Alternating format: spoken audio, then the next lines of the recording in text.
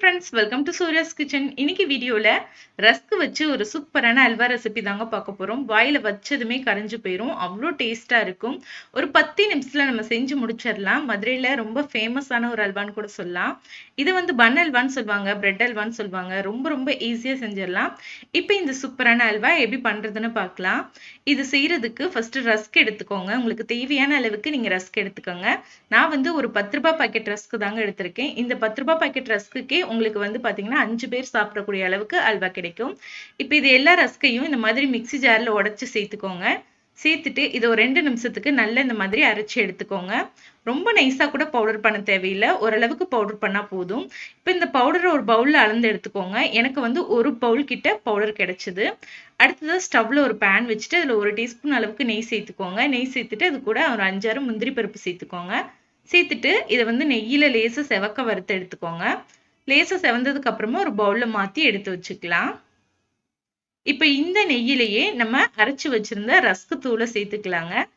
தூளை சேர்த்துட்டு இதை ஒரு 2-3 நிமிஷத்துக்கு லேசா வறுத்துக்கலாம். அடுப்பை வந்து குறைவான தீயில வச்சுட்டு ஒரு 2 நிமிஷத்துக்கு இதை நல்லா லேசா வறுத்து எடுத்தா போதும், ரொம்ப வறுக்க தேவையில்லை. இப்போ இதை வந்து நம்ம ஒரு பிளேட்ல மாத்தி எடுத்து வச்சுக்கலாங்க. இப்ப இதே பேன்லயே நான் வந்து 3/4 கப் அளவுக்கு சர்க்கரை சேர்த்துக்கிறேங்க. நீங்க எந்த கப்ல ரஸ்க் கலந்தீங்களோ அதே கப்லயே 3/4 கப் அளவுக்கு சர்க்கரை சேர்த்துக்கோங்க. அந்த கப்பாலேயே 2 கப் அளவுக்கு தண்ணி சேர்த்துக்கோங்க. 3/4 கப் அளவுக்கு சர்க்கரை பார்த்தீங்கன்னா உங்களுக்கு இனிப்பு கரெக்டா இருக்கும். இனிப்பு கொஞ்சம் கூடுதலா வேணும் அப்படின்னா 1 கப் அளவுக்கு நீங்க சர்க்கரை சேர்த்துக்கலாம். இப்போ சர்க்கரை நல்லா கரைஞ்சு இது மாதிரி நல்லா கொதிச்சு வந்ததுக்கு அப்புறமா ரஸ்க் தூளை சேர்த்துக்கலாம். ரஸ்க் தூள் நீங்க சேர்க்கும் போது அடுப்பு குறைவான தீயில வச்சுக்கோங்க. அதே மாதிரி இந்த மாதிரி கொஞ்சம் கொஞ்சமா சேர்த்து கலந்து விட்டுக்கிட்டே சேருங்க. அப்பதான் உங்களுக்கு கட்டிப்படாம இருக்கும். அதனால ரஸ்க் தூளை இந்த மாதிரி சேர்க்கும் போதே நீங்க வந்து கிண்டி விட்டுக்கிட்டே சேர்க்கணும். அப்பதான் உங்களுக்கு கட்டிப்படாம இருக்கும். சப்போஸ் உங்களுக்கு கட்டி பட்டுருச்சு அப்படின்னாலும் நீங்க உடைச்சு விட்டு நல்லா கலந்து விட்டீங்கன்னா நல்லா ஈவனா வந்து கலந்து வந்துடும். பாருங்க, இது மாதிரி நல்ல கரண்டியால உடைச்சு விட்டு விட்டு நல்லா கலந்து கொடுத்தீங்கன்னா எல்லாம் ஒண்ணு போல நல்லா கலந்து வந்துருங்க. அடுப்பை வந்து சிம்ல வச்சுக்கிட்டே இந்த மாதிரி நல்லா கலந்து விட்டுருங்க. இப்போ பாத்தீங்கன்னா நம்மளுக்கு எல்லாமே நல்லா ஈவனா கலந்து வந்துருச்சு. இப்போ இது கூட ஒரு 1/4 சிட்டிகை அளவுக்கு உப்பு சேர்த்துக்கலாம். ரொம்ப உப்பு சேர்க்க வேணாம், கொஞ்சமா உப்பு சேர்த்துக்கலாம். அப்போ நம்ம அந்த ஸ்வீட்னஸ் வந்து நம்மளுக்கு நல்லா தூக்கி கொடுக்கும். உப்பு சேர்த்துட்டு மறுபடியும் ஒரு முறை நல்லா கலந்து விட்டுறலாங்க. இப்போ இது கூட ஒரு 2 டீஸ்பூன் அளவுக்கு நெய் சேர்த்துக்கலாம். பாருங்க, நான் 2 டீஸ்பூன் அளவுக்கு நெய் சேர்த்திருக்கேன். இப்போ மறுபடியும் நல்லா நம்ம இதை கலந்து விட்டுக்கலாம். நெய் வந்து நீங்க கொஞ்சம் கொஞ்சமா சேர்த்து நீங்க கலந்து விட்டீங்கன்னா தான் அல்வா வந்து டேஸ்ட் ரொம்ப சூப்பரா இருக்கும்.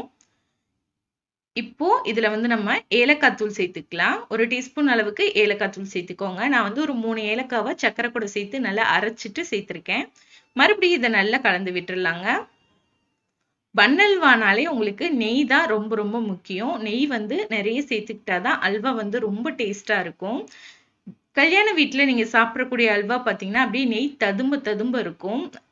அப்படி இருந்தாதான் அல்வா ரொம்ப ரொம்ப டேஸ்டா இருக்குங்க. வாயில வச்சதுமே கரைஞ்சு போயிடும். இப்போ மறுபடியும் நான் 1 டேபிள் ஸ்பூன் அளவுக்கு நெய் சேர்த்திருக்கேங்க. சேர்த்துட்டு இதை மறுபடியும் நல்லா நம்ம வந்து கலந்து விட்டுறலாம். இந்த மாதிரி நீங்க ஒரு 2 நிமிஷம் கேப் விட்டு விட்டு நெய் சேர்த்து நல்லா கலந்து கொடுத்தீங்கன்னா உங்களுக்கு அல்வா வந்து டெக்ஸ்சரும் சூப்பரா வரும், டேஸ்டும் ரொம்ப சூப்பரா இருக்கும். இப்போ நம்ம நெய்யில வறுத்து வச்சிருந்த முந்திரி பருப்பும் சேர்த்தாச்சுங்க. சேர்த்துட்டு மறுபடியும் இதை நல்லா ஒரு முறை கலந்து விட்டுறலாம். நீங்க வந்து எந்த கப்பால ரஸ்க் தூள் எடுத்தீங்களோ அதே கப்பாலே 1/2 கப் அளவுக்கு நெய் சேர்த்துக்கிட்டீங்கன்னா உங்களுக்கு கரெக்டா இருக்கும். இப்போ மறுபடியும் நான் கடைசியா 1 டேபிள் ஸ்பூன் அளவுக்கு நெய் சேர்த்திருக்கேங்க. சேர்த்துட்டு மறுபடியும் இதை நல்லா கலந்து விட்டுக்கலாம். அடுப்பு வந்து குறைவான தீயில தான் வச்சிருக்கேன். வச்சுட்டு இதை நல்லா இந்த மாதிரி கலந்து கொடுத்துக்கிட்டே இருக்கலாம். நெய் வந்து நம்மளுக்கு பிரிஞ்சு வர ஆரம்பிக்கணும். நல்லா வந்து நெய் வந்து அல்வாவோட சேர்ந்து நல்லா வந்து அதுக்கப்புறமா பிரிஞ்சு வர ஆரம்பிக்கும்.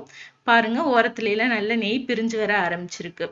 இந்த ஸ்டேஜ்ல நம்ம வந்து அடுப்பை ஆஃப் பண்ணிக்கலாம். நம்மளோட சூப்பரான பன் அல்வா வந்து ரெடி ஆயிருச்சு. ரொம்ப ரொம்ப டேஸ்டா இருக்குங்க. கண்டிப்பா இந்த ரெசிபி உங்க வீட்ல ட்ரை பண்ணி பாருங்க. ரொம்ப ரொம்ப ஈஸியா ஒரு 10 நிமிஷத்துல நம்ம செஞ்சு முடிச்சிடலாம். ஒரு 10 ரூபாய் பாக்கெட் ரஸ்க்குக்கே எனக்கு இவ்ளோ அல்வா கிடைச்சிருக்கு பாருங்க. இப்போ இதை நம்ம சூடா சர்வ் பண்ணிடலாம். ரொம்ப ரொம்ப டேஸ்டா இருக்கும். வாயில வச்சதுமே கரைஞ்சு போயிருங்க, அவ்வளோ டேஸ்டா இருக்கும். கண்டிப்பா ட்ரை பண்ணி பாருங்க. இந்த ரெசிபி உங்களுக்கு பிடிச்சிருந்துச்சுன்னா வீடியோக்கு ஒரு லைக் கொடுத்து வீடியோ உங்க ஃப்ரெண்ட்ஸ் கூட ஷேர் பண்ணிக்கோங்க. இது வரைக்கும் நீங்க நம்ம சேனலை சப்ஸ்கிரைப் பண்ணாம இருந்தீங்கன்னா மறக்காம சப்ஸ்கிரைப் பண்ணிக்கோங்க. இதே மாதிரி நாளைக்கு ஒரு சூப்பரான ரெசிபியோட நான் உங்களை மீட் பண்றேன். நன்றி.